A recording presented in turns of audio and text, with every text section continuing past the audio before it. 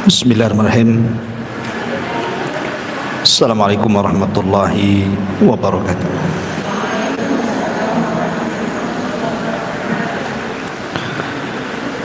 Alhamdulillah wassalatu wassalamu ala Rasulillah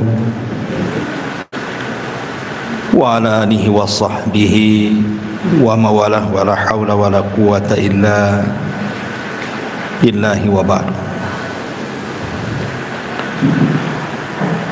Alhamdulillah, segala puja dan puji hanya milik Allah subhanahu wa ta'ala.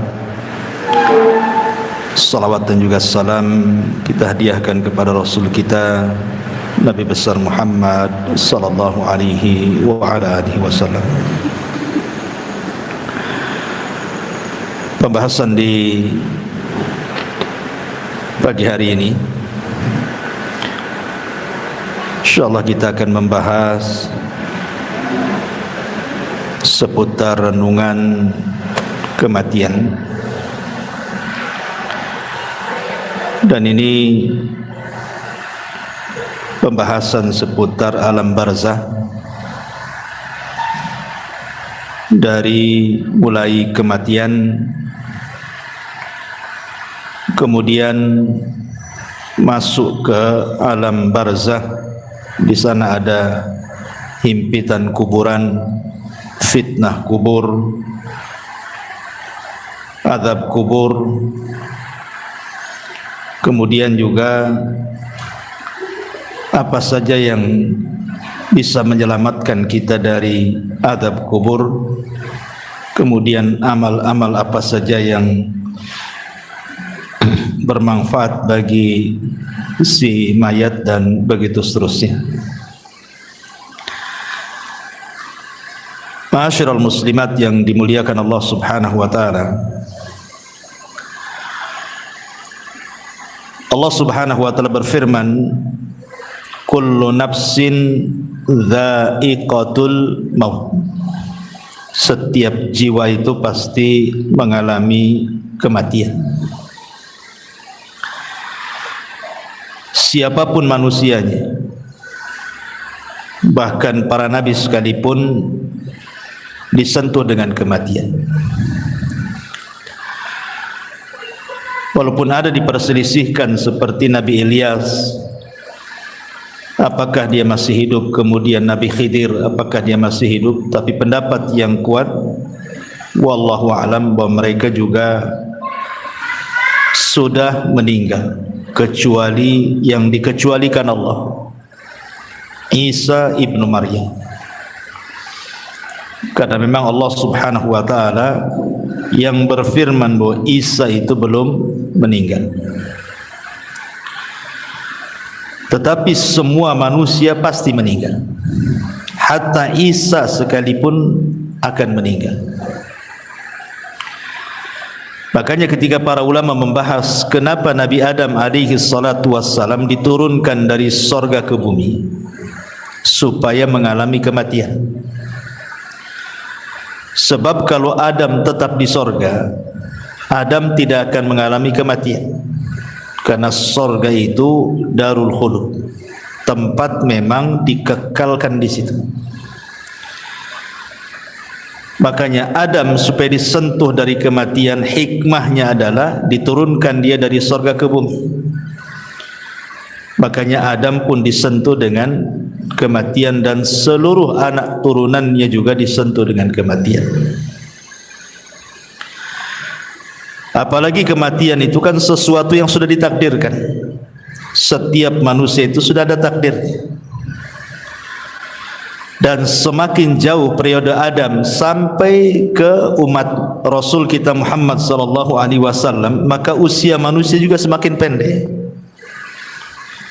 Terlebih Nabi SAW membatasi dengan kalimat a'maru ummati bainas sittina wasab'in, bahwa usia umatku itu berkisar antara 60 sampai 70 tahun saja.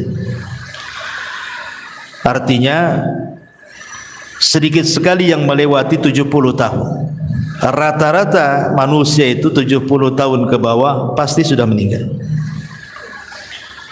Makanya hati-hati nih kalau sudah 50, 60, ya siap-siap aja ya.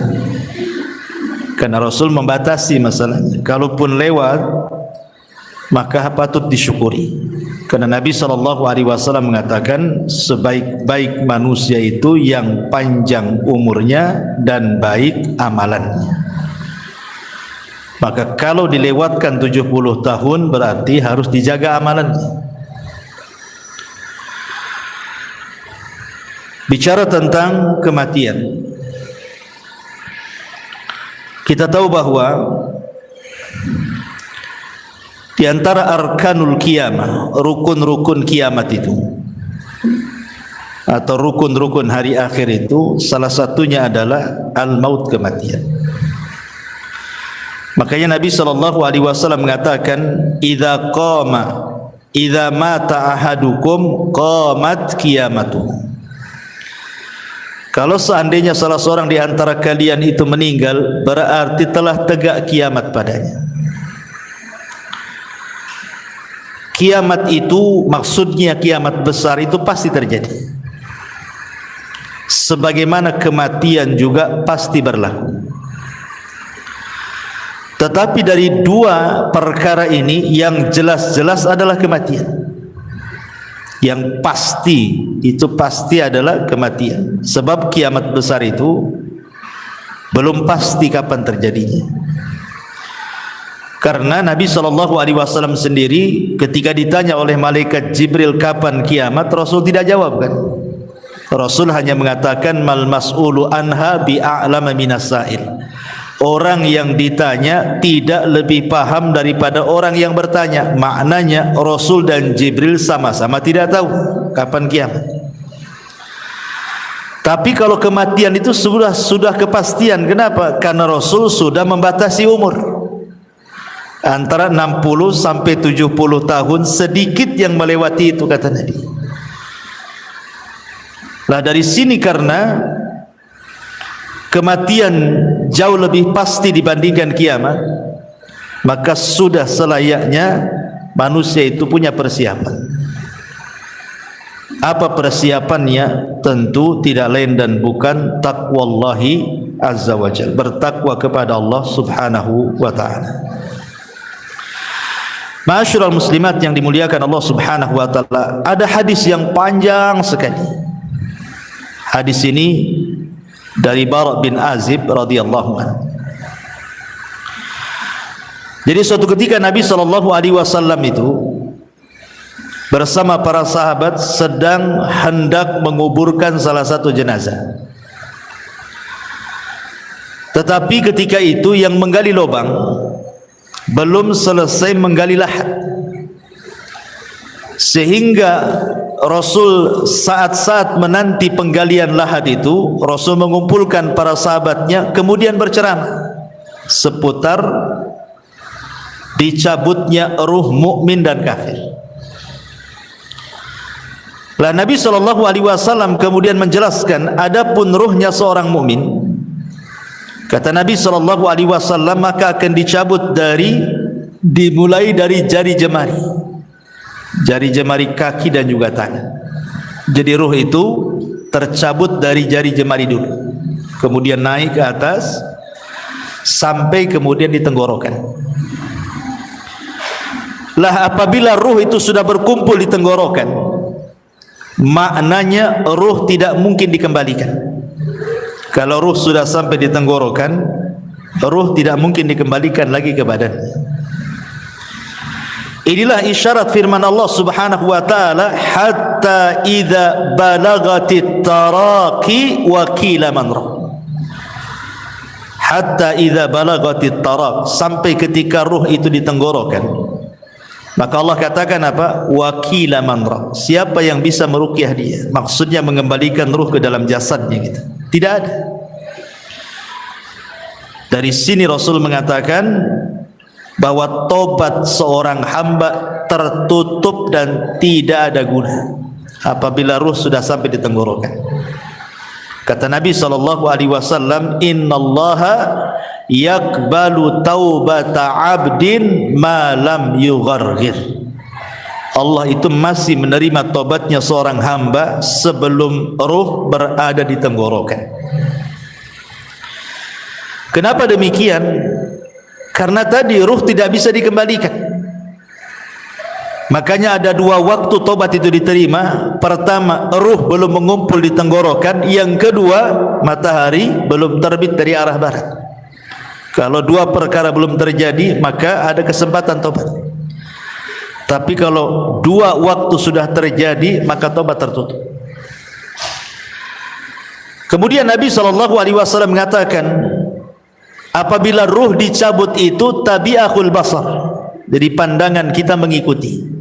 Ruh itu kan keluar dari mulut kita, kemudian keluar, nanti mata ini mengikuti ruh tercabut. Makanya setiap orang yang meninggal pasti melotot matanya karena mengikuti pandangannya. Maka disunahkan ditutup supaya tidak mengenakuti orang. Lah disitulah Allah Subhanahu wa ta'ala mengutus malakul maut dan rusulul maut. Jadi ada dua malaikat. Pertama malakul maut yang memang tugasnya hanya mencabut nyawa. Dan malakul maut itu bukan satu malaikat seperti Jibril, satu malaikat kan, Mikail satu malaikat, Israfil satu malaikat. Malakul maut ini jumlahnya banyak. Karena setiap hari yang mati itu kan bukan satu orang. Satu dunia ini bisa ratusan bahkan ribuan. Kalau terjadi bencana seperti kemarin di Turki kan, itu bisa ribuan tuh dalam satu hari itu. Kemudian yang kedua ada namanya rusulul maut. Seperti Allah Subhanahu wa ta'ala mengatakan, tawaffathum rusuluna. Maka Allah Subhanahu wa ta'ala mewafatkan mereka dengan mengutus rasul-rasul kami. Lalu apa tugasnya rasul-rasul maut itu? Malaikat-malaikat utusan kematian itu, ada yang menyiapkan kain kapan dari sorga kalau dia ruhnya seorang mukmin. Ada yang menyiapkan hanut. Hanut itu maksudnya minyak wangi. Dan ada tugasnya membisikkan di telinga orang yang sedang sakaratul maut. Sebagaimana Allah Subhanahu wa ta'ala berfirman di dalam Al-Quranul Karim, surah Ibrahim ayat atau surah Fussilat ayat 30. Allah mengatakan, innal ladzina qalu rabbunallah thumma istaqamu tatanazzalu alaihimul malaikatu alla takhafu wa la tahzanu wa abshiru bil jannati allati kuntum tu'adun. Orang-orang yang mengatakan Rabb kami Allah, kemudian mereka istiqamah, maka turun padanya para malaikat saat menjelang wafatnya, kemudian membisikkan di telinganya, jangan takut, jangan sedih, berbahagialah, karena sorga sudah menanti untukmu apa yang Allah janjikan kepadamu. Dalam ayat yang lain surah An-Nahl 31-32 Allah mengatakan, yaquluna salamun alaikum udkhulul jannata bima kuntum ta'malun. Keselamatan bagi kalian, masuklah kalian ke dalam sorga karena apa yang kalian kerjakan.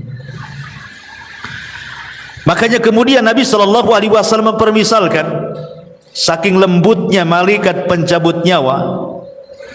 Ketika mencabut nyawa ruhnya orang yang beriman itu dipermisalkan seperti tetesan air yang terakhir keluar dari mulut teko. Makanya sering saya istilahkan kan Bu, kalau ada ibu punya teko diisi air yang banyak, kemudian kita tuang, otomatis deras sekali itu karena masih banyak airnya. Tapi kalau isi teko itu tinggal satu tetes, kemudian kita tuangkan seperti ini, tentu yang satu tetes itu akan mengalir dengan pelan karena tinggal satu tetes masalahnya. Pelan sampai masuk di moncong teko, kemudian netes di ujung teko kan gitu.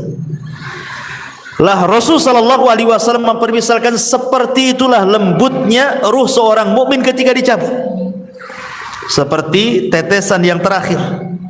Saking lembutnya dari jemari naik terus ke badan sampai ke tenggorokan, sampai kemudian keluar dari mulut seorang mukmin. Tetapi walaupun demikian, yang namanya kematian itu pasti ada sakaratnya. Setiap kematian itu pasti ada keperitannya, ada rasa sakit. Dan itu dialami Nabi SAW. Kalau Nabi saja mengalami, apalagi kita. Nabi yang mengatakan wa inna lil mauti la sakarat. Rupanya dalam kematian itu ada sakaratnya, ada rasa sakitnya. Yang terkadang tidak ada yang tahu rasa sakit itu kecuali Allah Subhanahu wa taala. Tetapi tentu rasa sakit yang diterima oleh seorang mukmin saat detik akhir wafat dia, boleh jadi itu adalah penggugur dosa yang terakhir. Boleh jadi rasa sakit yang dialami di dia itu adalah penggugur dosa terakhir dia. Artinya sebuah kebaikan, bukan sebuah keburukan. Tapi rasa sakit yang dialami orang kafir, munafik, fasik boleh jadi awal azab bagi dia. Terkadang kita bisa melihat ada orang koma itu berbulan-bulan disiksa oleh Allah Azza wa Jalla karena dosanya kan itu. Tapi ada orang mati itu rasanya enak nengoknya gitu. Senyum, bisa mengucapkan kalimat la ilaha illallah, tahu-tahu sedang sujud meninggal, tahu-tahu sedang ibadah meninggal, tahu-tahu baca Quran pula dia meninggal kan. Macam-macam orang meninggal. Tapi yang jelas bahwa ketika tugas malaikat maut hanya mencabut ruh itu saja selesai, maka yang bertugas selanjutnya adalah siapa? Rusulul maut. Diletakkan ruhnya di kain kafan dari sorga, kemudian dibaluri minyak wangi dari sorga, kemudian dibalut, yang subhanallah dijelaskan dalam hadis itu bau minyak wangi dari sorga itu membumbung sampai ke langit, sehingga semua para malaikat di langit itu bertanya, itu ruhnya siapa itu? Maka malaikat yang bertugas membawa ruh ini naik ke langit akan menyebutkan nama terbaik yang disukai dia ketika di dunia. Ruhnya fulan ibnu fulan. Makanya penting orang punya nama baik itu. Maka ketika ruh itu naik ke langit, disinilah Allah Subhanahu wa taala memberikan kemuliaan kepada ruhnya seorang mukmin dengan menyuruh para malaikat penjaga langit itu untuk membuka pintunya, karena langit itu kan punya pintu. Jadi naik ke langit pertama dibuka pintunya, naik ke langit kedua dibuka pintunya, ketiga, keempat sampai ketujuh, sampai melewati langit ketujuh. Entah sampai mana wallahu alam, tidak dijelaskan, tapi yang jelas kemudian Allah Subhanahu wa taala berfirman kepada ruhnya seorang mukmin ini, letakkan kembali ruh kepada jasadnya, kemudian naikkan catatannya fil illiyin. Artinya ruhnya seorang mukmin itu akan berjumpa dengan Allah. Dan perjumpaan kita dengan Allah itu di 4 tempat kan sudah saya jelaskan. 2 di dunia dan 2 di akhirat. 2 di dunia, yang pertama saat solat. Itulah saat perjumpaan kita dengan Allah. Sebenarnya saat solat itu adalah saat perjumpaan kita dengan Allah. Karena Allah yang mengatakan, wa innaha lakabiratun illa 'alal khashiin. Solat itu berat kecuali bagi orang-orang yang khusyuk. Kemudian Allah tafsirkan dalam Al-Quran siapa orang-orang yang khusyuk itu? Alladzina yadhunnuna annahum mulaqu rabbihim, orang-orang yang yakin bahwa mereka sedang berjumpa dengan Allah.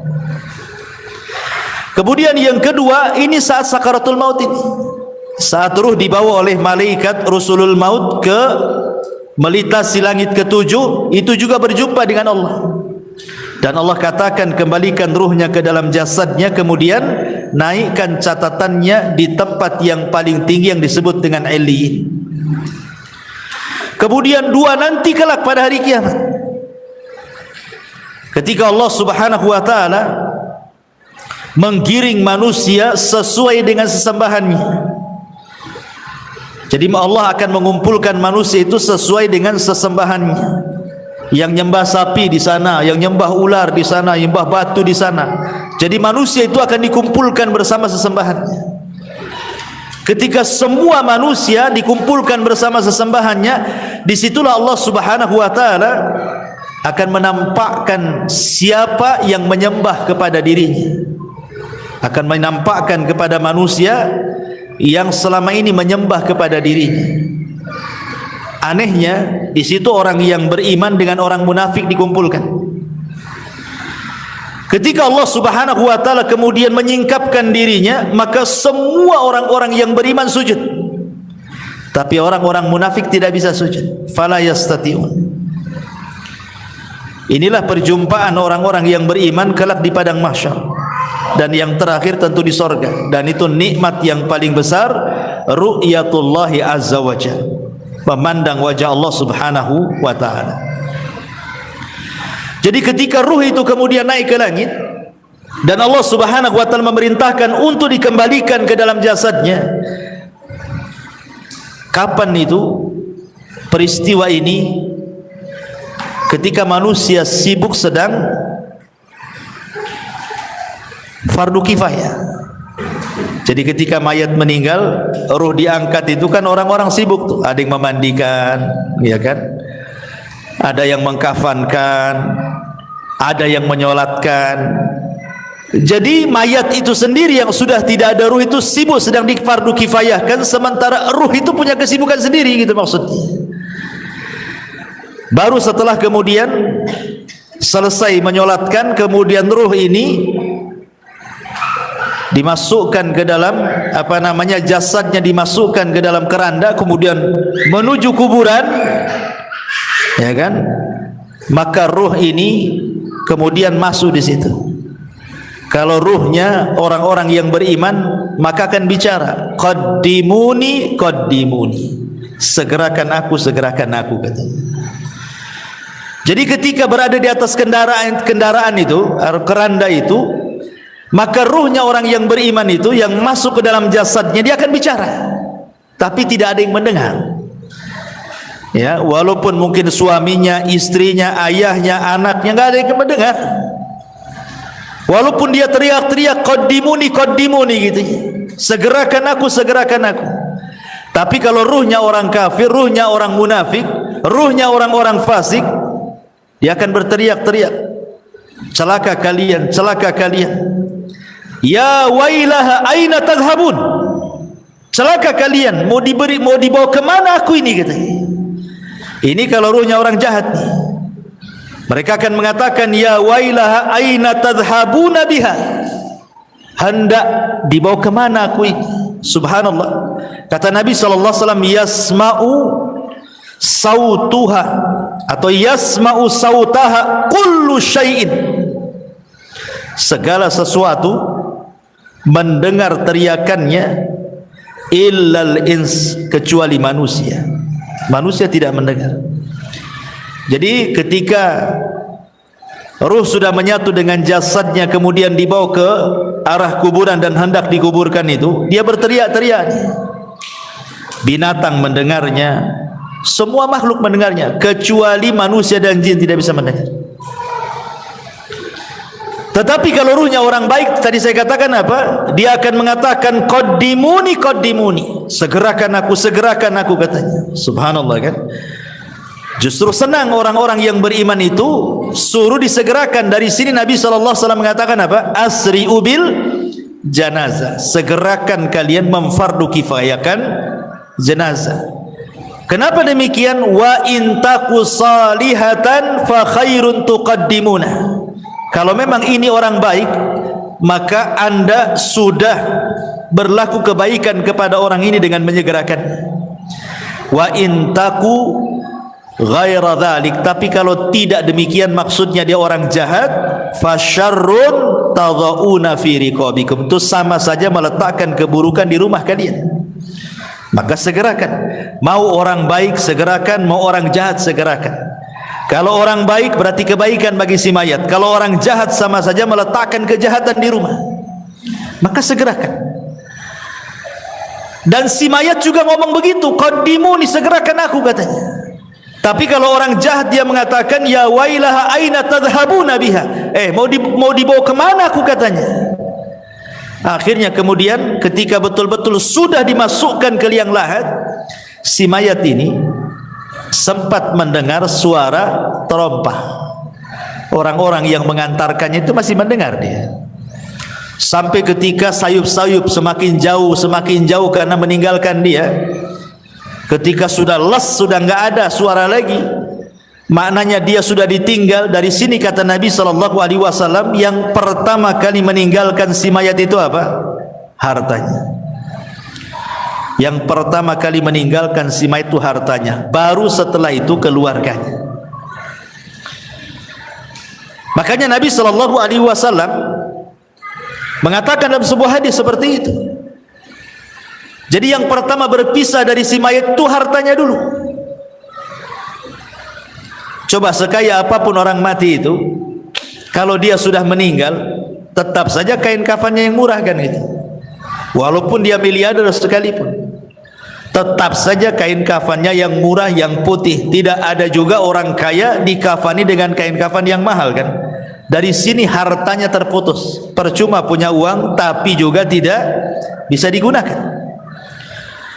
Kemudian yang kedua, keluarganya. Setelah mengantarkan ke kuburan, baru keluarganya pulang. Disitulah terpisah dengan keluarganya, baru dia hidup sendiri.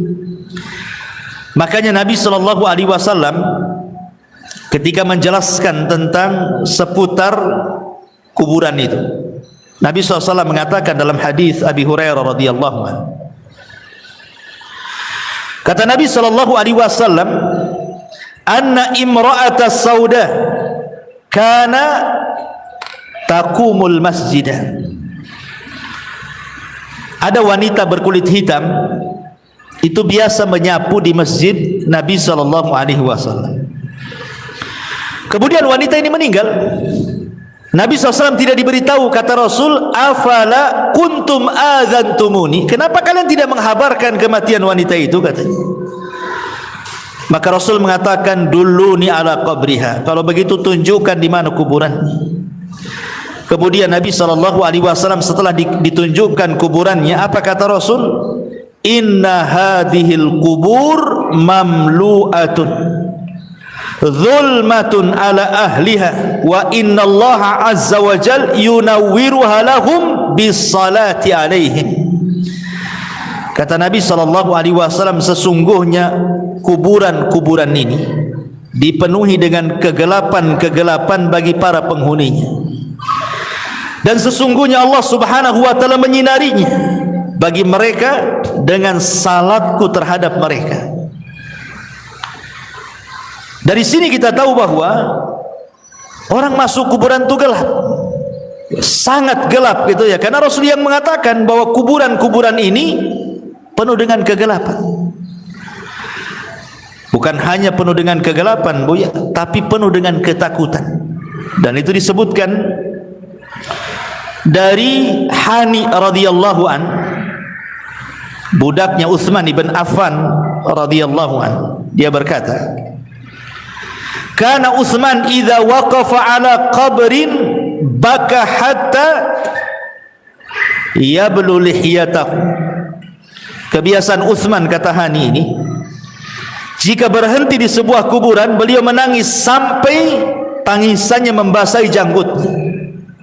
Faqila lahu, maka dikatakan kepadanya, tudzakkirul jannata wan nar fala tabki wa tabki min hada. Wahai Utsman, kau diingatkan dengan surga dan neraka tak menangis, tetapi diingatkan dengan kuburan menangis pula. Apa jawaban Utsman? Kata Utsman ibn Affan radhiyallahu anhu mengatakan, inna nabiyya sallallahu alaihi wasallam qala, karena Nabi SAW bersabda, innal qabra awwalu manzilin min manazilil akhir, fa in naja minhu fama ba'dahu aisar minhu wa illam yanju minhu fama ba'dahu ashaddu minhu. Qala wa qala an-nabiy sallallahu alaihi wasallam, ma ra'aitu mandaran qad illa al-qabru afda'u minhu. Kata Rasul. Kata Utsman ibn Affan radhiyallahu anhu, aku pernah mendengar Nabi sallallahu alaihi wasallam bersabda, kubur ini adalah persinggahan pertama dari persinggahan-persinggahan akhirat. Bila seseorang selamat dari keburukan kubur, maka setelahnya lebih mudah baginya. Tapi bila dia tidak selamat dari keburukan kubur, maka setelahnya lebih berat. Kemudian Utsman mengatakan, sungguh aku pernah mendengar Rasul mengatakan, aku tidak melihat satu pemandangan pun yang lebih menakutkan dibandingkan kuburan, kata Rasul. Jadi kuburan ini menakutkan dan juga menggelapkan.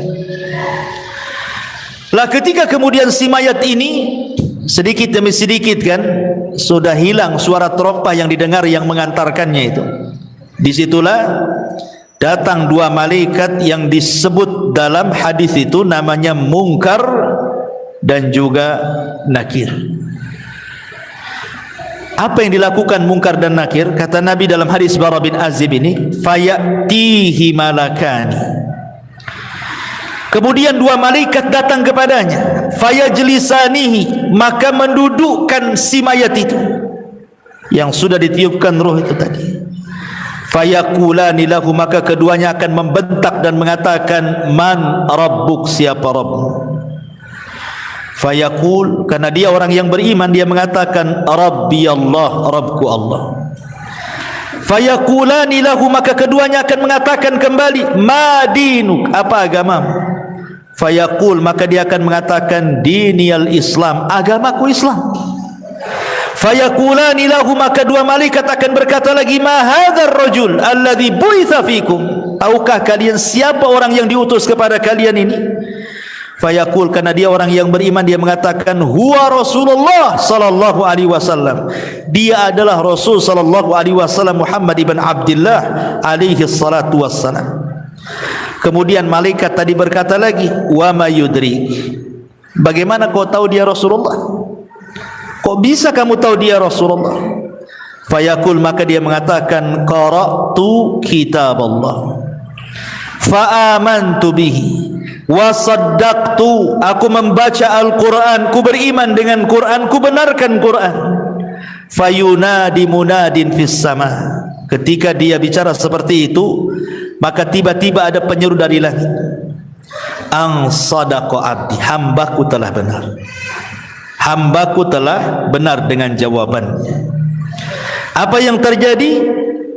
Karena hambaku telah benar, maka fafrishuhu minal jannah wa albisuhu minal jannah waftahu lahu baban minal jannah, lapangkan kuburannya, hantarkan pakaian dari sorga, buka pintu-pintu sorga kepadanya. Kemudian dikatakan fayatihi min rauhiha wa tibiha, maka tiba-tiba ketika pintu sorga itu dibuka, semerbak harum dari sorga itu kemudian masuk ke dalam kuburannya, kuburannya menjadi harum ya.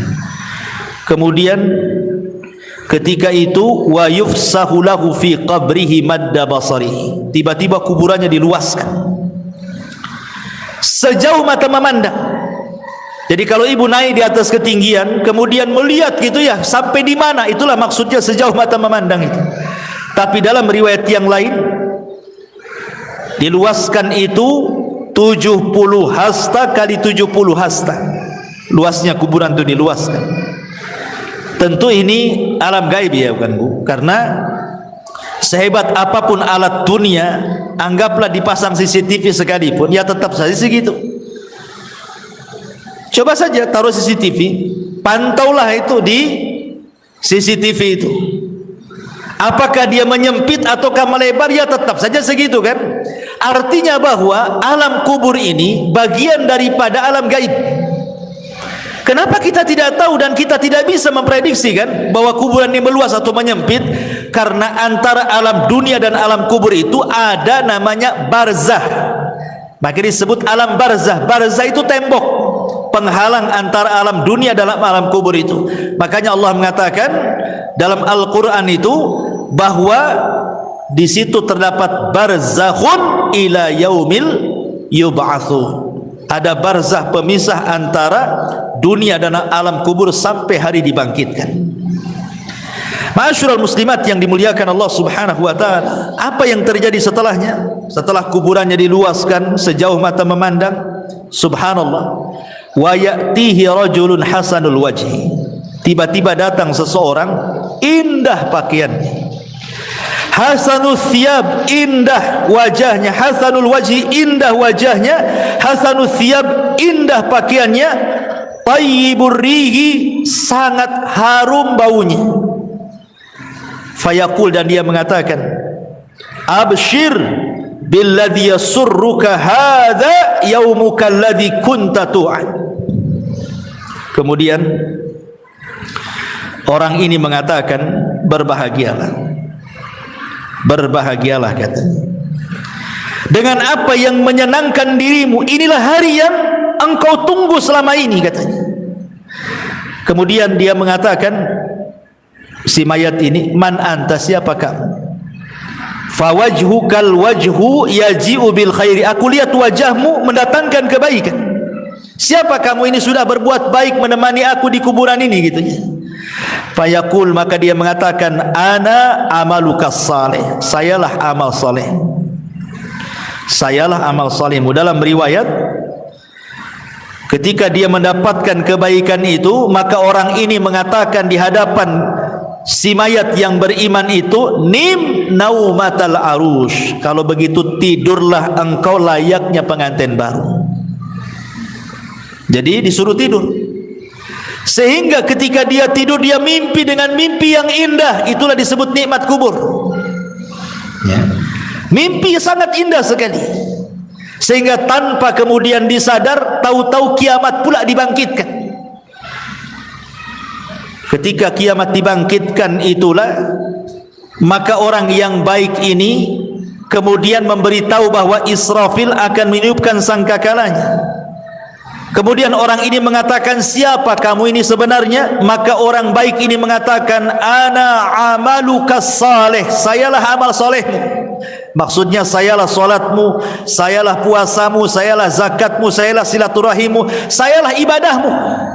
Jadi ibadah itu akan menemui kita di kuburan, sebagaimana kita akan menjumpai Allah subhanahu wa ta'ala di 4 tempat yang saya jelaskan. Kita juga akan menjumpai amal soleh kita di 4 tempat juga sama, 2 di dunia, 2 di akhirat kan itu ya. Adapun di dunia kita bisa rasakan amal soleh kita kan.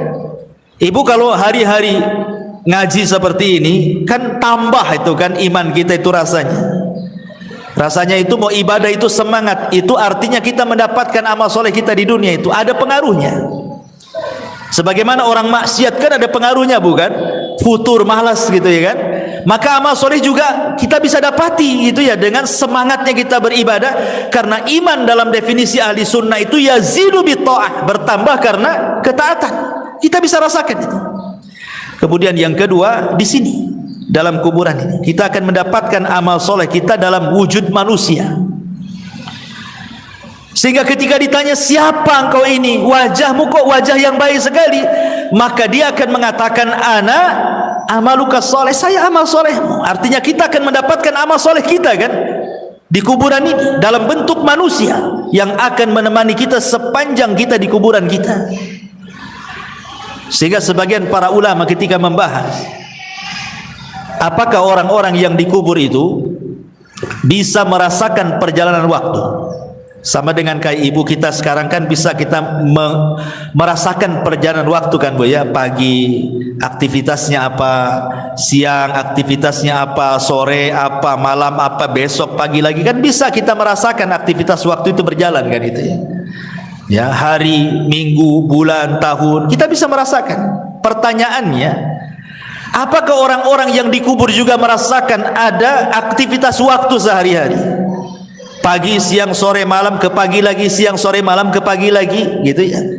Sementara orang-orang yang dikubur itu kan ada yang sudah lama kan. Kalau yang meninggal di zaman Rasul kan sudah 14 abad berarti kan. Sudah 14 abad sampai sekarang enggak dikiamat-kiamatkan. Atau yang sebelum Nabi umpamanya, tentu lebih lama lagi orang itu di kuburan itu. Apakah mereka akan merasakan bimururil waktu, kata ulama, dengan berjalannya waktu itu? Maka ulama membagi 2, kata ulama, memerinci. Kalau yang di kuburan itu mereka orang-orang yang beriman, baik dari umat Nabi atau umat-umat sebelumnya, dan mereka mendapatkan nikmat kubur, maka mereka tidak akan merasakan berjalannya waktu. Mereka tidak akan merasakan, walaupun ratusan tahun, walaupun ribuan tahun sekalipun, mereka tidak akan merasakan berlewatnya waktu itu. Ya. Tetapi kalau mereka adalah orang-orang kafir, orang munafik, orang fasik, maka mereka akan merasakan itu, karena itu bagian daripada azab. Ya. Jadi sekali lagi, kalau orang-orang yang beriman yang mendapatkan nikmat kubur tidak akan terasa di kuburan itu, walaupun ratusan ribuan tahun. Mana dalilnya? Dalilnya adalah peristiwa Ashabul Kahfi yang ditidurkan, atau kisah Nabi Uzair yang ditidurkan 1 abad kan, kemudian dibangunkan, kemudian ditanya, kam labista, berapa lama kau tidur itu? Dia mengatakan apa? Labistu yauman au ba'dha yaum. Perasaan aku baru tidur separuh atau 1 hari katanya. Padahal sudah 1 abad dia tidur kan. Berarti kan dia tidak merasakan tuh. Tidurnya dia tidak merasakan kan. Padahal dia sudah 1 abad, sudah 100 tahun tidur, dibilangnya baru setengah hari katanya. Begitulah orang yang di kuburan, kalau mendapatkan nikmat itu tidak terasa. Seolah-olah waktu berjalan dengan cepat. Tetapi kalau orang terkena azab, itu rasanya penat, lama waktunya menunggu. Ya samalah, bukan? Kita menanti orang jenuh gitu kan, lama kali kan. Rasa mau balik saja, nggak datang-datang, ditengok tak nampak lagi, ditengok tak nampak. Ya dah, saya tinggal aja lah. Kan ada kejenuhan tuh. Ya. Tapi kalau asik Bu ya, ibu pengantin baru dengan suami kan, nongkrong tuh di taman, tahu-tahu maghrib, ya kan namanya orang nikmat, nggak pandang, kok tahu-tahu maghrib katanya gitu. Nah, jadi dari sini di dunia ini kita bisa rasakan dalam kondisi nikmat dengan dalam kondisi tidak nikmat kan itu. Lah di kubur kurang lebih seperti itu. Ya. Tetapi apakah kemudian orang-orang yang dikubur juga akan merasakan layaknya kita juga perasa gitu, kalau ibu lagi sedih? Kan ada perasaan tersiksa jiwa ini kan, atau ada masalah rasanya rungsep kehidupan ini kan. Apakah juga orang-orang di kuburan akan merasakan seperti itu? Ya, mereka juga akan merasakan. Kapan itu? Apabila ditangisi orang yang ada di atas. Kalau orang yang di atas itu melakukan niyaha, niyaha itu meratap kepada orang yang ada di kuburan itu, maka orang yang ada di kuburan itu merasa diazab. Maksud diazab itu bukan azab fisik, bukan, tapi azab jiwa. Jiwanya itu sedih, tersiksa. Ya. Makanya kenapa Nabi SAW melarang, tidak boleh seseorang itu melakukan niyaha kan? Karena mayat itu yu'adzab, akan diazab kata Nabi SAW biniyahatil hayyi, karena niyahahnya meratapnya orang yang hidup kepada orang si mayat akan diazab. Maksudnya bukan azab fisik, tetapi dia tersiksa, hatinya tersiksa gitu ya, karena sebab tangisan orang-orang yang di atas. Makanya dilarang. Niyah itu termasuk dosa besar. Nabi SAW sampai mengatakan, kalau orang yang meratap itu tidak bertobat, kata Rasul, maka dia akan dibangkitkan kelak pada hari kiamat dengan dipakaikan pakaian dari ya, dari besi panas dulu yang timah panas, kemudian dari baju yang gatal, yang nggak bisa dicopot, gatal saja. Ya naudzubillah. Jadi mereka pun akan merasakan apa namanya ya, bahasa kitanya rungsep tuh ya, hatinya itu nggak tenang, disebabkan tangisan orang-orang yang di atas kuburan. Makanya tidak boleh, kalau ada orang yang meninggal, ikhlaskan saja. Kalau menangis, menangislah sebagai tangisan rahmat karena kesedihan, bukan karena menolak takdir kan. Karena ada orang yang menangis itu karena menolak takdir kan Bu ya, meraung-raung, nanti kalau anak-anak besar jadi apa, kamu sudah nggak ada, macam-macam kan itu ya. Nanti Allah yang tentukan takdirnya, bukan si bapak yang sudah meninggal kan itu ya. Jadi itu yang tidak boleh, karena niyah itu seolah-olah tidak terima dengan takdir, guling-guling, nangis-nangis, robek-robek, pukul-pukul, pangkas-pangkas rambut dan begitu seterusnya. Baik. Intinya bahwa kembali bahwa ketika kemudian si mayat itu diberikan nikmat oleh Allah Subhanahu wa taala, nikmat kubur, maka dia tidak akan merasakan dengan berjalannya waktu. Waktu itu akan panjang, tahu-tahu sudah dikiamatkan. Tapi yang perlu ibu pahami bahwa di dalam peristiwa-peristiwa kubur itu, sebelum dua pertanyaan malaikat mungkar dan nakir yang disebut dengan fitnah kubur itu, ada peristiwa yang sebelumnya dilalui manusia yang disebut dengan dhaghtatul qabrin, himpitan kuburan. Jadi himpit dulu, baru setelah itu fitnah kubur, itu maksudnya. Dan ini disebutkan oleh para ulama tentang masalah himpitan kubur ini. Di antaranya adalah yang disebutkan oleh pendapat Abu Hanifah, wa dhaghtatul qabri wa adzabuhu haqqun, himpitan kuburan kemudian siksa kubur itu adalah perkara yang benar-benar akan terjadi. Jadi perkara himpitan kuburan dan azab kubur, kata Abu Hanifah, adalah sesuatu yang benar-benar akan terjadi. Bahkan Al-Imam Al-Muzani rahimahullah ta'ala mengatakan, beliau mengatakan, summa hum ba'da dhaghtati fil quburi musa'alun, kemudian mereka setelah dihimpit dalam kuburan, baru kemudian mereka akan ditanya. Dari sini kita tahu bahwa sebelum proses pertanyaan dua malaikat mungkar dan nakir, ada peristiwa namanya dhaghtatul qabri, himpitan kuburan. Himpitan kuburan ini, Bu, itu sangat menyakitkan bagi si mayat, karena ketika ruh itu sudah menyatu dengan jasadnya, kemudian tanah itu menyempit sampai meretakkan semua tulang dan persendian. Itu kalau orang kafir, dan dia akan menjerit di mana jeritannya tidak ada yang mendengar, manusia dan jin, kecuali binatang-binatang mereka bisa mendengar. Jadi binatang-binatang itu diberikan kepekaan, mampu mendengar jeritan-jeritan orang-orang yang dihimpit kubur itu. Masalahnya, lalu bagaimana dengan orang-orang yang beriman? Maka ulama menjelaskan bahwa himpitan kuburan bagi orang-orang yang beriman itu tidak sebagaimana himpitan kubur bagi orang-orang kafir, munafik ataupun orang-orang fasik. Maksudnya apa? Maksudnya himpitan orang yang beriman itu layaknya seorang ibu sedang memeluk anaknya.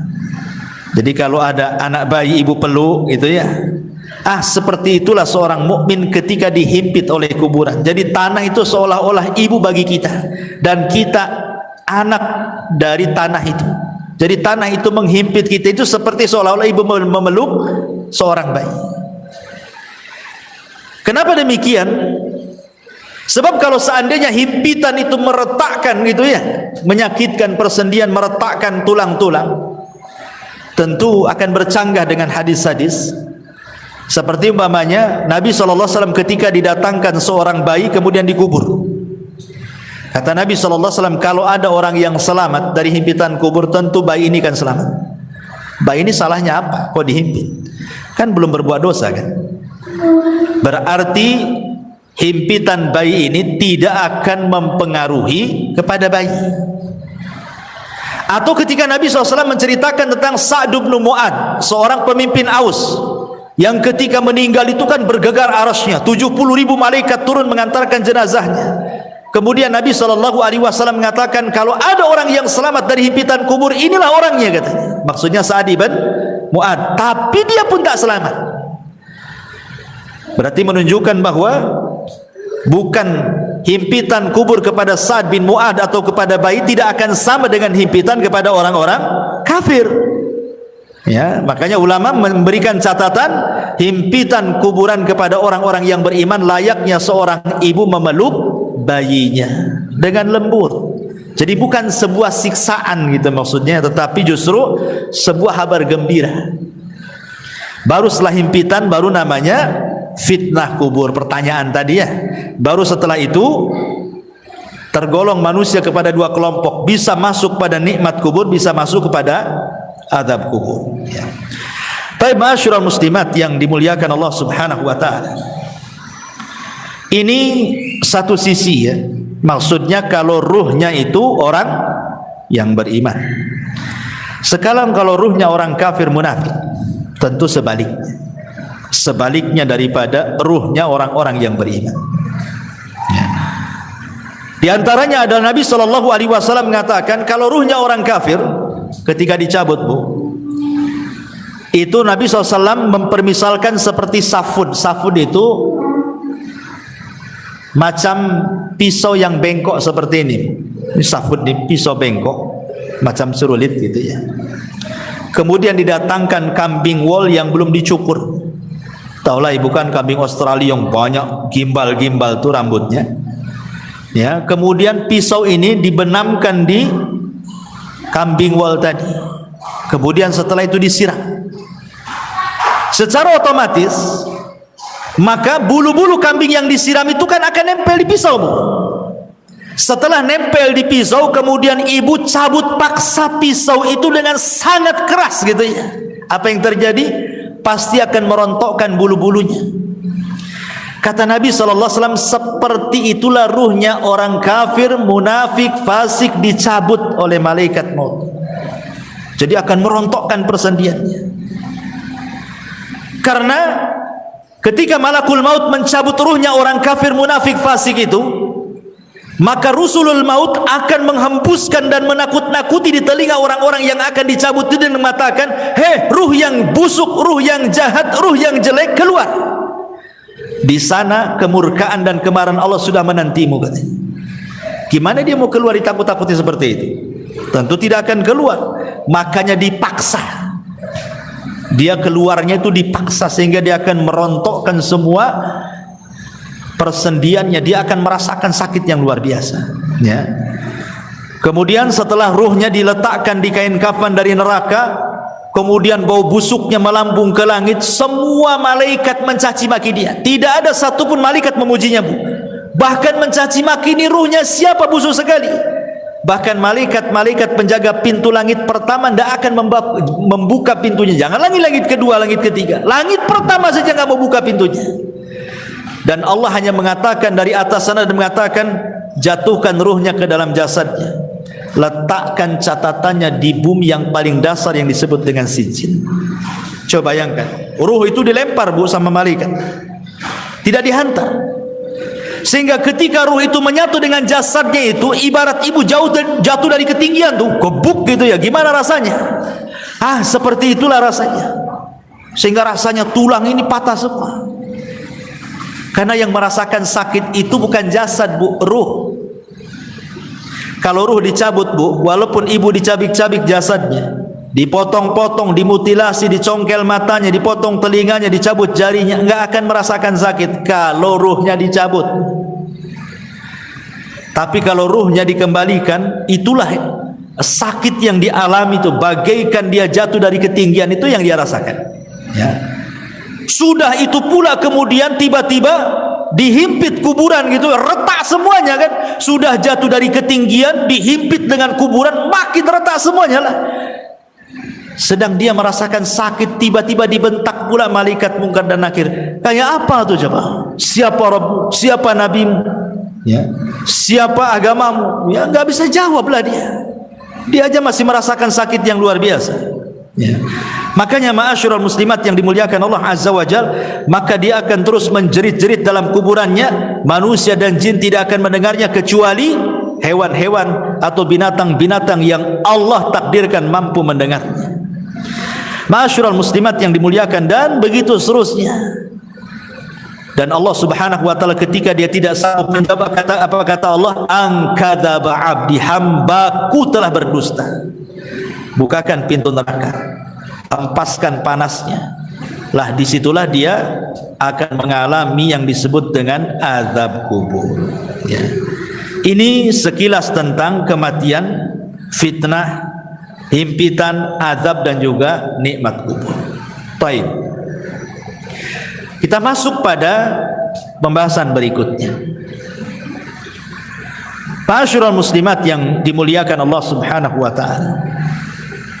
Kalau kita sudah tahu dan kita yakin dan percaya di sana ada nikmat dan azab kubur, lalu apa saja hal-hal yang bisa kita ini terhindar dari itu semuanya? Apa caranya supaya kita bisa terhindar dari azab kubur itu? Karena begini Bu, dalam sebuah hadis tentang Nabi SAW. Jadi suatu malam Nabi SAW itu pernah bermimpi Bu. Dalam mimpinya datang dua malaikat kemudian membawa dia, dan mimpinya Nabi itu wahyu, lain dengan mimpi kita. Dibawa ke sebuah tempat, ya. Kemudian disitulah rupanya diperlihatkan tentang azab-azab yang luar biasa. Sampai Rasul heran, kenapa mereka? Azab apa yang mereka lakukan gitu ya? Apa di antara yang Rasul lihat? Dan ulama sepakat bahwa hadis ini bicara tentang azab kubur, bukan azab neraka. Di antaranya Nabi SAW melihat ada orang yang dipecahkan kepalanya dengan batu, kan? Dipecahkan kepalanya dengan batu. Kemudian setelah dipecahkan nih, kemudian malaikat yang memecahkan kepala itu pergi hendak mencari batu lain. Kemudian datang lagi, kepalanya sudah utuh lagi, dipecahkan lagi. Kemudian sudah pecah, dia pergi lagi cari batu lagi yang baru, datang lagi, rupanya kembali lagi kepalanya. Asik gitu saja. Jadi Rasul mengatakan, mahadan, ini siksaannya apa nih orang ini, kok ngeri kali gitu ya. Rupanya kemudian malaikat mengatakan bahwa siksaan orang ini karena ketika datang waktu sholat sengaja dia tidur. Datang waktu sholat, harusnya kan dia sholat, sengaja pula dia tidur. Kemudian yang kedua, ada lagi orang itu digambarkan oleh Nabi SAW. Subhanallah, orang ini kakinya di atas digantung, kepalanya di bawah. Kemudian di sampingnya ada orang bawa pisau bengkok, kemudian dimasukkan di mulutnya, kemudian dirobek sampai tengkuknya. Kemudian setelah itu dimasukkan di lubang hidungnya, dirobek sampai tengkuknya. Setelah robek ini dari hidung ke tengkuk, dari mulut ke tengkuk, kemudian dia mau mengambil sebelah kirinya. Ketika diambil sebelah kirinya, sebelah kanannya sudah kembali lagi. Ya. Kemudian dirobek dari sebelah kiri, mulut sampai ke tengkuk, hidung sampai ke tengkuk. Ketika pindah ke sebelah kanan, balik lagi ke semula gitu. Asik gitu saja. Sehingga Rasul mengatakan, kenapa orang ini? Maka kemudian malaikat ini mengatakan, karena ketika di dunia ini dia suka berdusta sampai dustanya itu membumbung ke ufuk, katanya. Maksudnya apa dusta membumbung ke ufuk itu, Bu? Maksudnya dusta membumbung ke ufuk itu, maksudnya dustanya itu sampai menyebar kemana-mana. Dahulu orang berdusta menyebar itu kan sulit, Bu. Pamannya kita mau berdusta, untuk menyebar di satu puskopkar ini agak sulit, karena kan dari mulut ke mulut. Tapi kalau sekarang ini kita nulis di medsos saja sebuah berita hoax, itu sudah menyebarkan satu dunia, bukan? Jadi hadis ini baru dipahami oleh para ulama, rupanya inilah yang dimaksud orang berdusta sampai membumbung ke ufuk itu. Sekali nulis kemudian langsung di-share, bukan hanya satu grup, satu dunia tahu.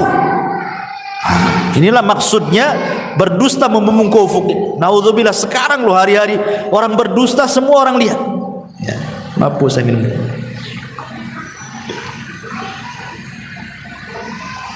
Kemudian juga ada juga Nabi SAW melihatkan ada orang yang telanjang. tidak pakai baju dan tidak pakai celana, telanjang bulat. Laki-laki dan perempuan rupanya berada di penggorengan kan, bejana, kemudian dibakar di bawahnya. Dia tidak bisa keluar dari bejana itu, kepanasan luar biasa. Ketika ditanya, rupanya mereka adalah para pezina. Kemudian Rasul melihat lagi ada danau semua darah, bukan air tapi darah. Jadi ada orang yang berenang di tengah tuh, berusaha ke pinggir tidak bisa, karena setiap ke pinggir ada malaikat yang menyuapkan dengan batu. Akhirnya ke tengah lagi, ke pinggir disuapin batu lagi, ke tengah lagi, tersiksa orang ini. Ketika ditanya, rupanya mereka adalah para pemakan riba. Ya. Kemudian juga ada separuh jasadnya bagus, separuhnya jelek. Jadi jasad kesininya cantik, kesininya busuk gitu ya. Ada dua wajah gitu ya, dua badan, satunya jelek, satunya bagus gitu ya. Ketika kemudian ditanya siapa mereka, mereka lah yang mencampur adukan antara amal saleh dengan perbuatan jahat, mencampur adukan yang hak dengan yang batil. Ya. Kemudian ada juga kaum itu kukunya banyak gitu ya. Kukunya itu dari nuhas, disebutkan dari besi. Kemudian dicakar-cakar oleh sendiri itu sampai terkelupas daging dari tulangnya itu dicakar sendiri.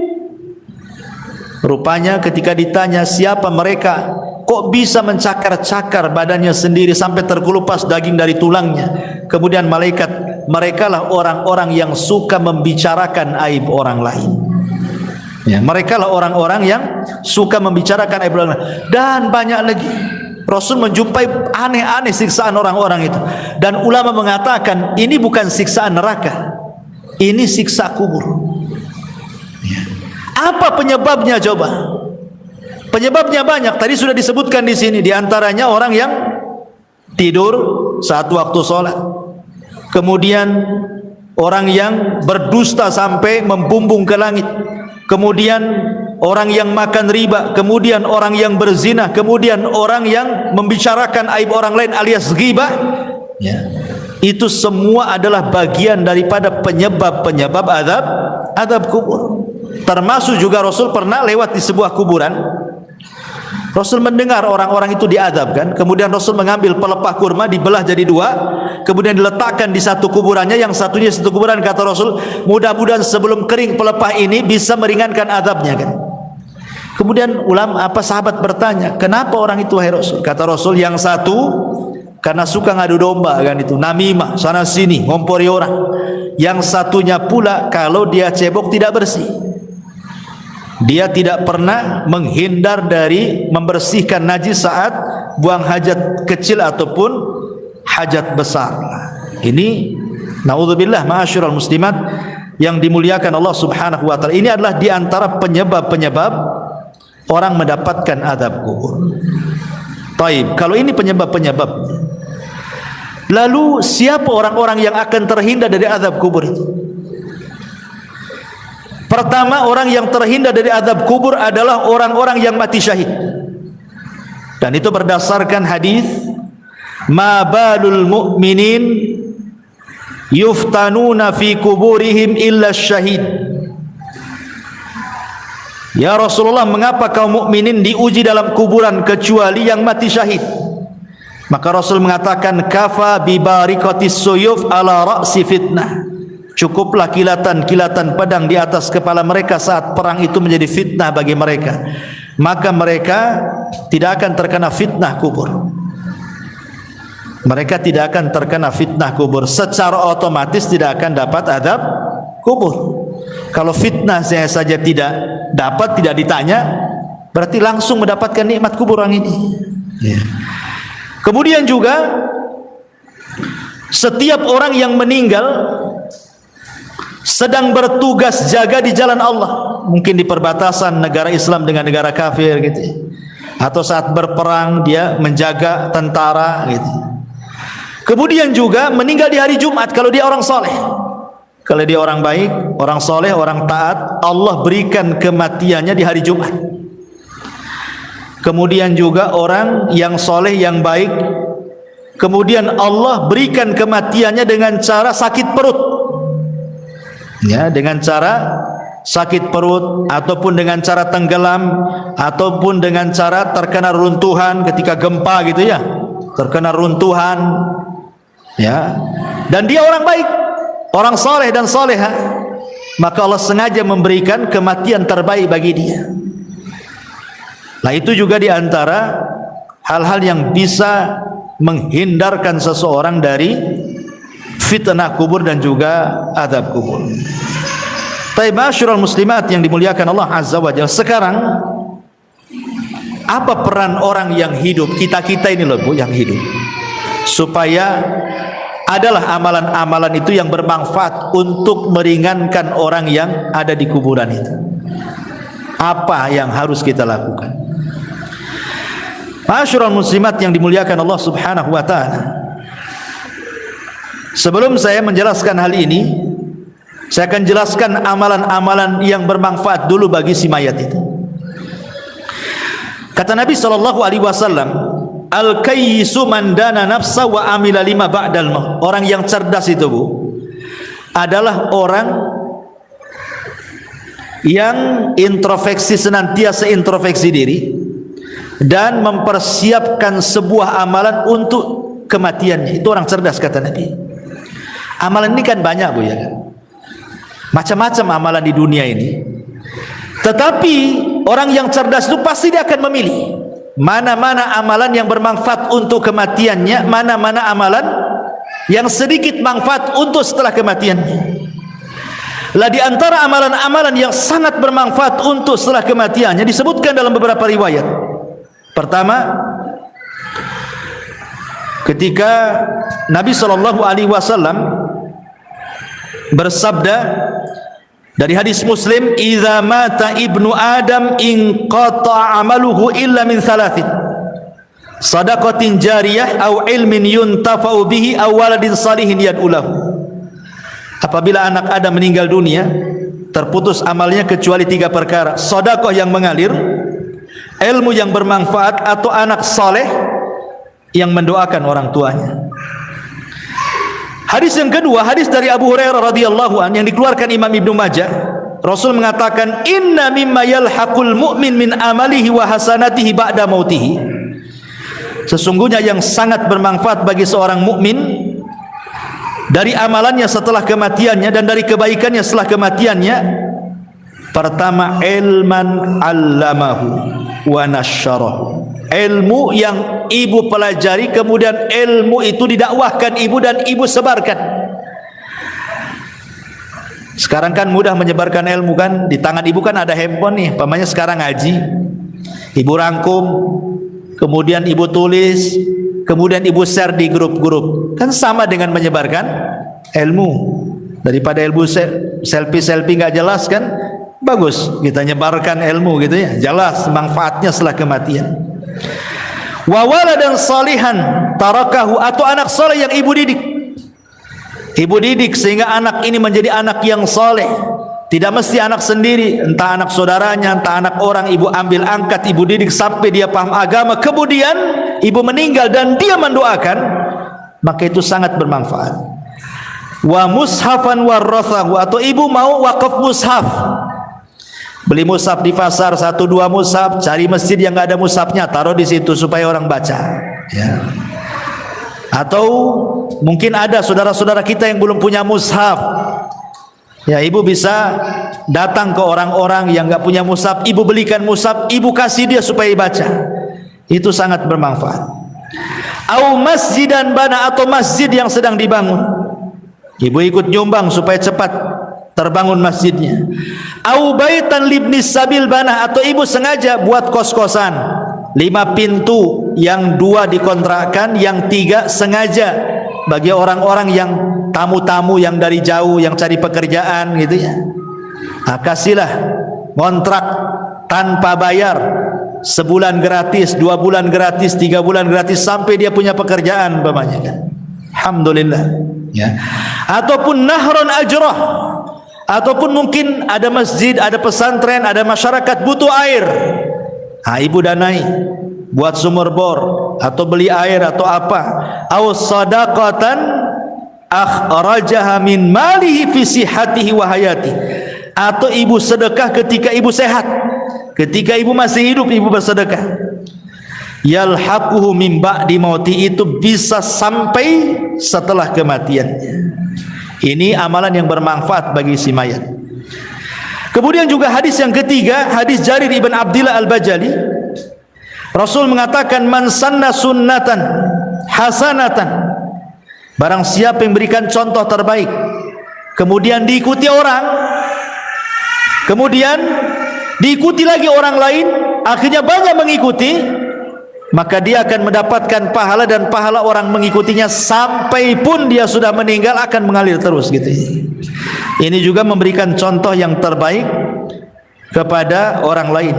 Termasuk juga adalah hadis juga, amalan yang paling baik selain daripada itu adalah doa, haji, umroh, dan begitu seterusnya ya. Ini diantara amalan-amalan ya. Lalu kita yang hidup, umpamanya ayah kita meninggal, ibu kita meninggal, suami atau istri atau siapalah dari orang yang kita cintai meninggal, bagaimana cara membahagiakan mereka? Para ulama mengatakan yang paling mudah membahagiakan orang yang ada di kubur itu doa. Itu yang paling mudah. Kalau ibu ingin membahagiakan orang tua yang sudah meninggal, ibu yang sudah meninggal, bapak yang sudah meninggal, kita ingin membahagiakan mereka, maka ibu terus berdoa sejak dia meninggal sampai hari ini, walaupun mungkin berpuluh-puluh tahun. Berdoalah dengan 3 kata. Apa itu? Allahumma gfir lahu, ya Allah ampuni dosanya. Maka dia sangat bahagia bu kalau ibu ngomong begitu. Yang kedua, Allahumma arhamhu, ya Allah kasihi dia, rahmati dia. Itu sangat bahagia kalau dia mendengarnya. Yang ketiga, Allahumma tsabithu, ya Allah tetapkan dia. Yusabbitullahu alladhina amanu bil qauli tsabit, ya Allah mantapkan jawabannya supaya jangan salah ya. Karena orang itu kan akan terus diazab oleh Allah Subhanahu wa taala kan. Kalau dia dapat azab kubur, naudzubillah. Kalau dia dapat nikmat kubur, alhamdulillah. Lah orang-orang yang diazab itu mereka juga menunggu-nunggu kita gitu ya, doa-doa kita itu. Karena itu bisa meringankan azab mereka. Dengan kita berdoa kepada Allah, ya Allah ampuni dosa dia, rahmati dosa dia, mantapkan dia ya Allah, berikan dia kemudahan di situ. Itu sangat bahagia si mayat itu. Bahagia sekali. Termasuk juga yang kedua setelah doa, sedekah. Sedekah itu membahagiakan orang mati. Ibu ada uang, nampak ada masjid, saya sedekah untuk orang mati. Nampak ada orang fakir miskin, anak yatim, sedekah untuk orang mati. Nampak ada orang yang perlu kita bantu, sedekah untuk orang mati. Dan begitu seterusnya bu. Itu sangat bahagia orang si mayat itu. Itu sebenarnya yang bisa membahagiakan orang yang sudah mati itu. Doa dan sedekah. Itu yang sudah jelas-jelas. Ya, adapun yang lain kan jadi perselisihan para ulama, seperti baca Quran itu jadi khilaf ulama. Nah, kita kan cari yang jelas-jelas saja, yang tidak ada khilaf ulamanya di situ. Ya. Jadi itu diantara hal-hal yang bermanfaat bagi si mayat. Yang paling penting adalah doa dan juga sedekah. Dan ingat jangan sampai niyah. Itu akan menyakiti hati dia. Jangan sampai niyah, meratap. Makanya kenapa dalam Islam itu wanita dilarang sering-sering datang kuburan kan? Bahkan Rasul mengatakan la'anallah zawarat, dalam riwayat zuwarat al-kubur. Allah melaknat wanita-wanita yang suka ziarah kubur. Maksudnya suka ziarah kubur ini karena bahasanya pakai siagul mubalaghah. Zuwarat atau zawarat itu menggunakan siag al-mubalaghah, artinya yang sering-sering. Boleh sekali-kali tapi jangan sering-sering. Karena sering-sering ziarah kubur itu akan menggugah sehingga orang itu takut meratap. Ya, meratap itulah yang tidak boleh. Makanya cukuplah para wanita ini berdoalah dalam solat-solat, dalam sujud, terutama dalam sujud ya. Itu yang paling efektif dalam sujud, karena kedekatan kita dengan Allah itu saat sujud. Minta saat sujud, minta saat sepertiga malam. Itu sangat bahagia orang-orang yang ada di kuburan dengan doa-doa kita kepada mereka, dan itu yang dinanti-nanti. Nah, ini juga diantara hal-hal yang berkaitan dengan hal-hal yang bisa membahagiakan mereka. Wallahu alam, saya kira cukup, sudah hampir setengah 12. Taib, sebelum saya tutup, kalau ada yang bertanya silakan.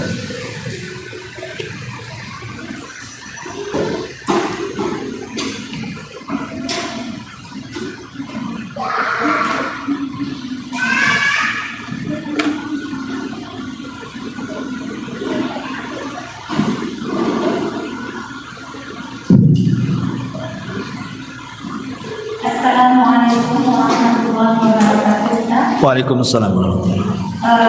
Di bab yang setelah oleh kita lebih 4 tempat, terus adalah pengaruh orang merasa di kuburan, maka orang yang meninggal akan merasakan tidak tenang. Yang namanya bukan apakah pengaruh orang yang merasa tersebut tidak merasa tenangnya itu bagi orang yang soleh kah, atau bagi orang yang diazab? Maksud anak, apakah orang yang soleh merasakan juga ketika ada keluarganya yang anak-anaknya beliau tersebut? Iya. Ya, apakah termasuk juga orang yang beriman ataukah di luar orang beriman gitu ya? Kalau kita melihat hadis-hadis tentang masalah larangan niyahah, Bu, itu umum, ya, sangat umum. Seperti Nabi SAW mengatakan, isnatani fin nasi huma bihi kufrun, at-ta'nu fin nasabi wan niyahatu alal mayyit. Dua perkara kalau terjatuh maka jatuhlah dalam kekufuran. Salah satunya adalah mencela nasab dan meratap orang mati. Kemudian di dalam hadis Nabi SAW mengatakan bahwa sebab di antara azab kubur itu, maksudnya si mayat itu merasa tersiksa dengan azab itu adalah biniyahatil hayy, karena ratapan orang yang hidup. Jadi di sini tidak dicerita orang yang ada di kubur, tapi cerita orang yang meratap. Berarti siapapun orang yang dikubur, apakah dia orang soleh, apakah dia orang baik, kalau diratapi gitu ya, maka dia akan tersiksa hatinya. Ingat, tersiksa hatinya, bukan tersiksa badannya ya. Diazab di sini bukan azab fisik, bukan. Tapi merasa sedih dia di dalam kuburannya. Kenapa kok saya walaupun sudah mendapatkan nikmat kubur, kok diratapi? Saya sudah senang di sini. Sehingga dia akan merasa sedih juga gitu, si mayat yang ada di dalam kuburan itu. Makanya dilarang. Kenapa kemudian Nabi menganggap niyahah itu sebagai dosa besar? Karena menyiksa hatinya orang yang sudah meninggal, walaupun dia orang baik. Ya, walaupun dia orang baik, ibunya soleh, bapaknya ibunya soleha, bapaknya soleh, kemudian meninggal. Anaknya pula toleh gitu ya, nggak jelas gitu, akhirnya meratap, maka kan tersiksa itu ibu bapaknya. Maksudnya tersiksa batinnya, sekali lagi ya, bukan jiwanya, bukan badannya disiksa, dan maksudnya batinnya tersiksa. Ya, jadi tidak ada ketenangan jadinya. Dia sudah tenang masih juga diganggu. Itu maksudnya. Wallahu a'lam. Waya. Cara membahagiakan orang yang meninggal tadi ada dua sebab, banyak berdoa dan banyak sedekah. Yang Anda tanyakan, Ustaz, ketika Allah memilih dia sebagai orang yang soleh, Ustaz, tentu saja seperti yang Ustaz sampaikan tadi, dia ibarat orang yang tertidur dan tidak merasakan apapun kecuali kenikmatan. Yang Anda tanyakan dengan kaitan bab yang terakhir ini, Ustaz, apa saja bagi orang yang sudah mendapat kenikmatan, yang dia sudah tertidur dan yang merasakan kebahagiaan dalam surga, ketika ada anaknya atau sahabatnya yang mendoakan dia,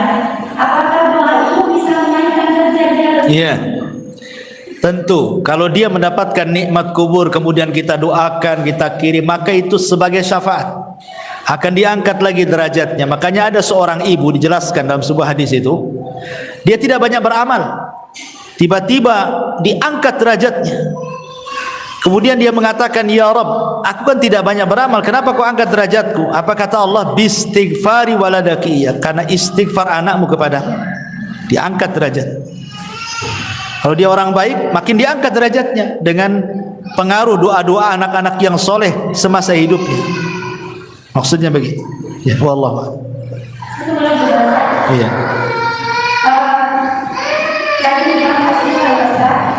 Ketika orang-orang yang meninggal tersebut, Allah sudah menentukan ketika dia beramal soleh, itu kan sudah diutus dua malaikat dan dua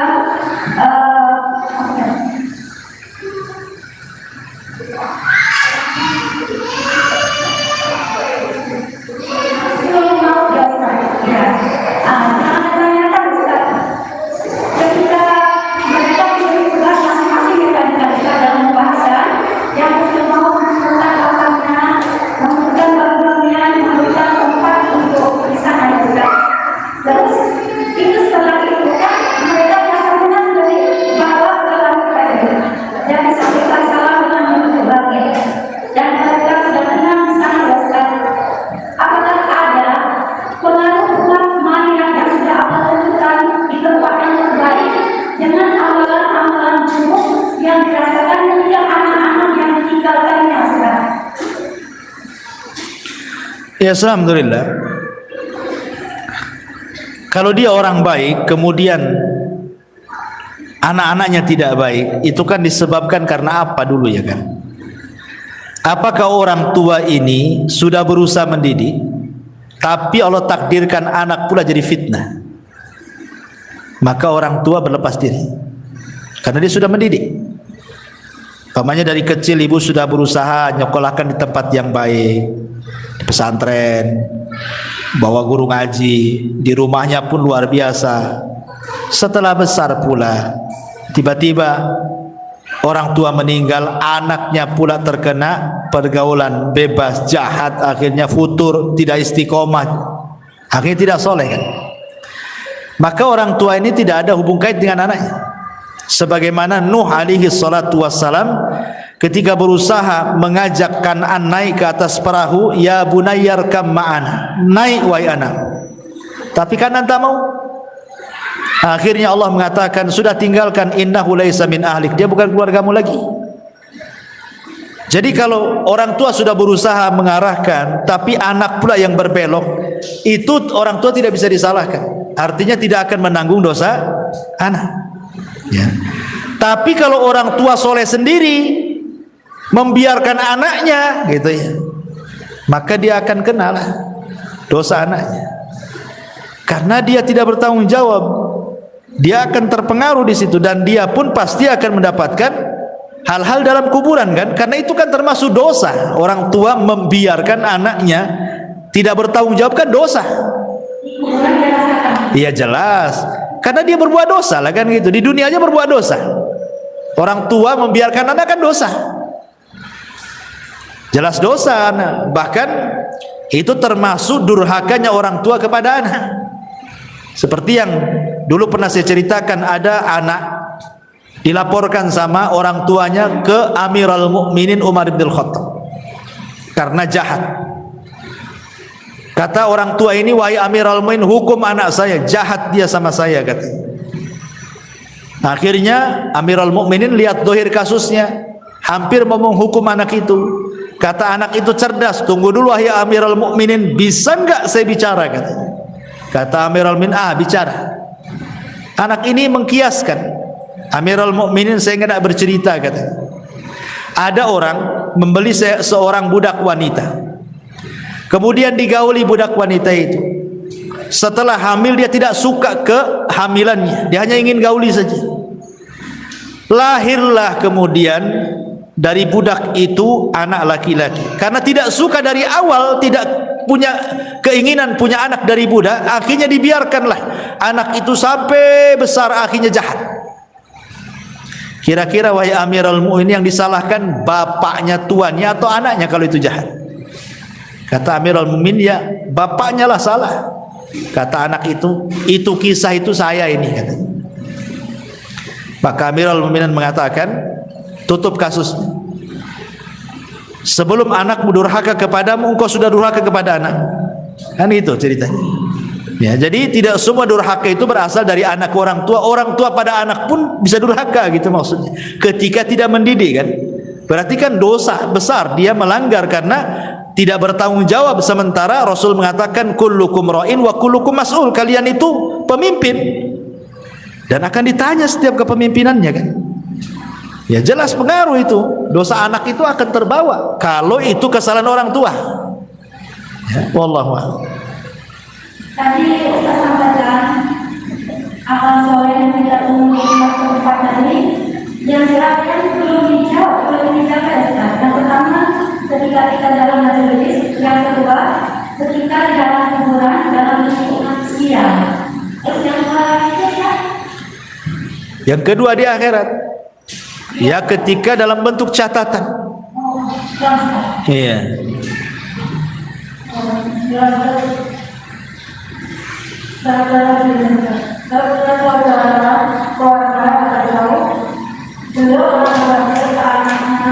Jangan sampai karena orang tua yang keluarga, kemudian karena anak itu ingin menjaga tersebut, saya nonton apakah boleh atau tidak, apa orang tuanya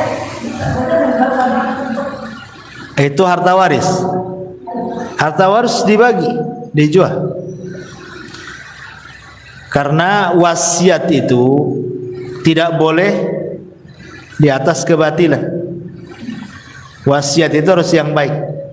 Itu kan wasiat jangan dijual kemudian meninggal, nanti jadi ribut ahli warisnya. Ya kan, wasiat itu yang baik. Kalau yang tidak baik kan tidak perlu ditaati.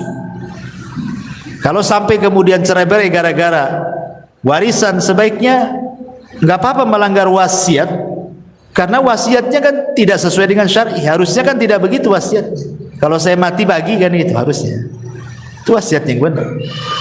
Maka sebaiknya dibagi Kalau tidak masalah. Iya, sekarang generasi anak pertama mungkin tidak ada masalah. Nanti yang satu mati, kemudian datang pula anaknya. Yang namanya hidup ini kadang pasang surut. Kadang-kadang saya pernah menyaksikan, Bu, ada orang itu ketika ekonominya bagus, dia nggak mau harta waris, nggak mau, cukup dengan yang ada saja. Allah takdirkan bankrupt dia, baru ngorek-ngorek waris. Artinya bahwa manusia itu pasti akan mengalami pasang surut kan. Ada orang yang ketika sehat merasa saya tidak perlu waris, ketika sakit nggak punya duit, mau berobat, melirik harta waris akhirnya kan. Butuh juga dia. Kalau yang lain menahan, zalim dia mau berobat gak ada duit, zalim jadinya. Orang ini mau berobat, apa dibiarkan dia mati nggak dicairkan warisannya? Itu sama dengan membunuh saudaranya.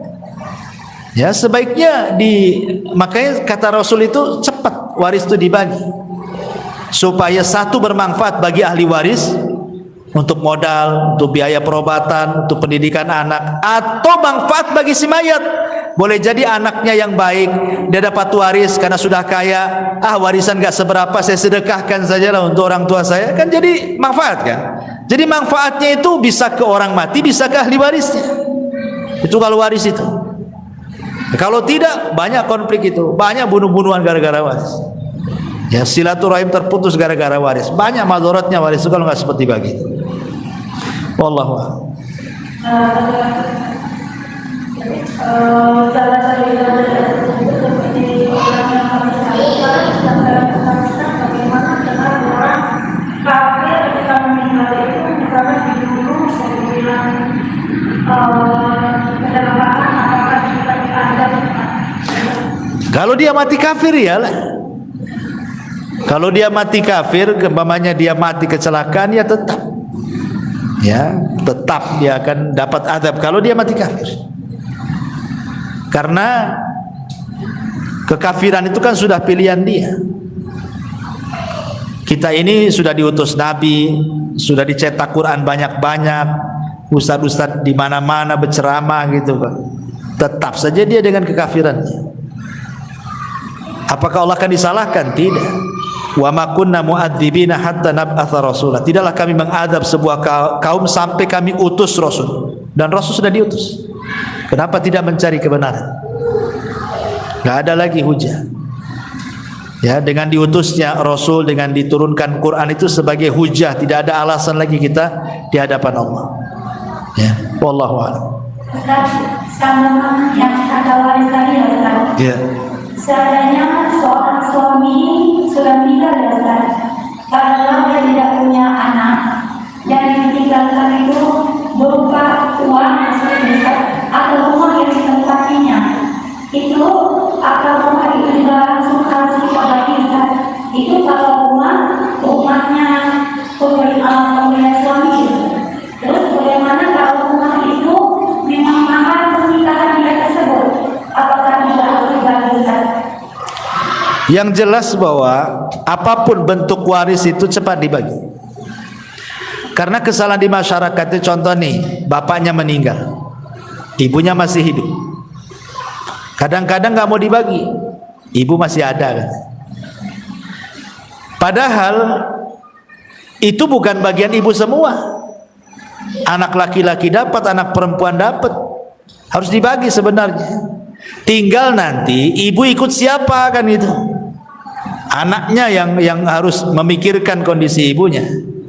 Dan itu bentuk birrul walidain, kesempatan sama ibunya masih ada. Tapi kan harus dibagi, tidak bisa. Ya, alasan orang tuanya masih ada, ibunya biarin saja gitu. Dikhawatirkan tadi salah satu anaknya lebih dulu meninggal dibandingkan ibunya. Ibunya masih hidup, anaknya pula meninggal. Kan dia nggak menikmati harta kekayaan warisnya dari orang tuanya kan? Nggak pernah menikmati. Dia mau senang-senang, mau sedekah, mau apa, nggak pernah menikmati. Ini tadi Ustaz, kalau dia tidak punya anak, tidak punya keluarga, apa langsung dibagi dengan kerabat suaminya Ustaz? Ya jelas kan, ahli waris itu kan ada yang dalam bentuk asobah. Asobah itu ada dua, asobah lidzati, asobah li ghairi. Artinya anak-anaknya dulu, atau anak laki-laki baru anak perempuan. Kalau tidak ada anak-anaknya kan dia punya saudara, saudaranya dapat dia. Nah, lihat kan sistem waris itu kan ke atas, ke bawah, ke atas, ke samping namanya kan. Ke bawah anak-anaknya dulu, baru ke atas ibu, nenek, buyut, ya kan, baru ke samping saudara. Nah gitu. Berarti mau nggak mau dia kan harus keluar dari rumah itu ya Ustaz? Ya dibagi, harus dibagi. Secara warisnya dibagi dulu. Wallah. Bismillahirrahmanirrahim Ustaz. Waalaikumsalam. Ini mau bertanya tentang tata cara pengumpulan semalam Ustaz. Sebelum semalam ini meninggal, semalam ini berpesan agar dikumpulkan sesuai dengan ini. Iya. Dan yang diberi wasiat ini seperti istrinya gitu. Karena istrinya tidak memiliki kekuatan, jadi sama pihak keluarga itu dikumpulkan tidak sesuai sunnah. Itu apakah yang diberi wasiat tadi mendapatkan dosa? Ya, alhamdulillah. Ya sebenarnya kalau ada wasiat itu kuat.